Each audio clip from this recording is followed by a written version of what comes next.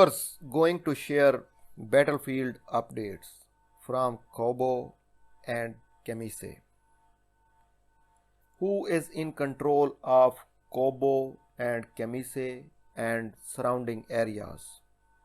In which areas fighting is ongoing between Tigray Defense Force and Amhara's forces?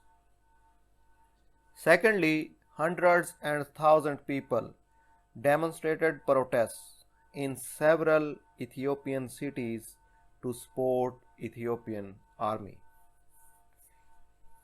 Viewers, yesterday I have reported that Amhara militias, Fano militias and local fighters are fighting against Tigray Defense Force in Kobo town. Amhara militias and Fano militias instigating local residents to fight against Tigray Defense Force. Whereas fighting is still ongoing in the surrounding areas of Kobo town.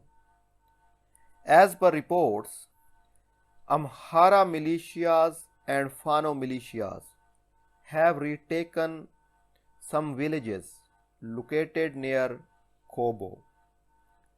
If we talk about proper Kobo town, Tigray Defense Force is in control of it. Amhara's forces fighting in the surrounding areas of Kobo and capture some villages located in periphery. However, it is being reported that large number of Amhara and Fano militia members are present in the peripheries of Kobo town. This time, Ethiopian National Defense Force soldiers are not present in Kobo. Only Amhara's forces fighting against Tigray Defense Force in the surrounding areas of Kobo town. Viewers, if we talk about Kemise, fighting is being reported between Tigray Defense Force OLA and Ethiopian National Defense Force along with allies in the surrounding areas of Kemise and many other areas located between Kemise and Atay. After taking control of Kemise, Tigray Defense Force and Oromo Liberation Army were advancing towards Atay to capture it. But again, intense fighting started between these areas. As per reports, Ethiopian Air Force is carrying out airstrikes and bombing in these areas. Whereas Ethiopian Air Force wants to stop the advancement of Tigray Defense Force and Oromo Liberation Army by conducting aerial strikes and bombing. Viewers, now let's move to the second update. Hundreds of thousands people protested in several Ethiopian cities against Tigray Defense Force. Your central government feeling the pressure as Tigrayan fighters advanced closer to the capital Addis Ababa.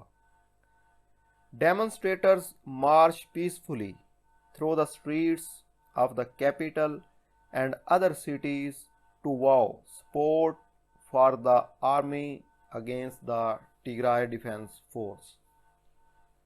Whereas the protests were also directed against countries who have called for an end to the violence. Protesters were carrying placards having writing, "We don't need interference from abroad."